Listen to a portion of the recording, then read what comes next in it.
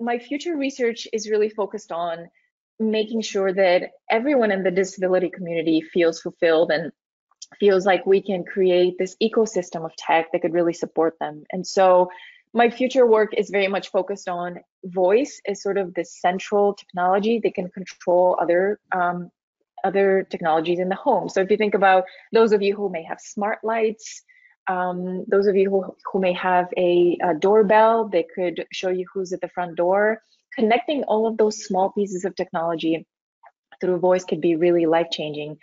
And I have been involved with veterans and have been focused on the disability community, those who have traumatic brain injuries or suffering from traumatic brain injuries or any really cognitive condition, and connecting voice to, let's say, their bed.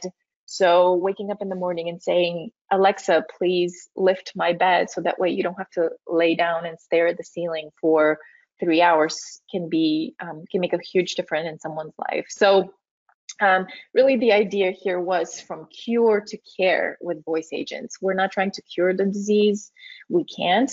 We're trying to support the person's choice and really think about the person's needs. A lot of the time, as I mentioned, we come from the perspective of the disease, but it really should come from the perspective of the person. And so I will not bore you with my academic jibber jabber, but this is sort of the hierarchy that I use to look at other technologies as well, not just Alexa, but as you know, Google Home and lots of other tech that is coming out on the market. And this basics model was really influential in how do we look at tech, how do we deploy it in the right way, and most importantly, strengthening the relationship between the user and the designer, because a lot of the time there's a big gap, and they don't talk to one another and don't often understand one another. So Alexa was really much more than just management of symptoms.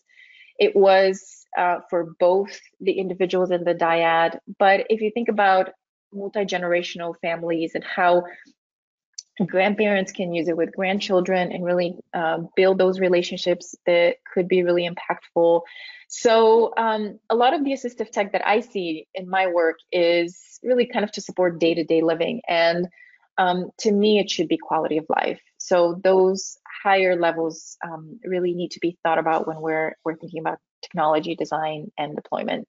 And as I mentioned, my future work is with TBI and cognitive conditions. I think it's really important work to be done, and voice can be hugely impactful. So I'm really excited about where the future of voice is going.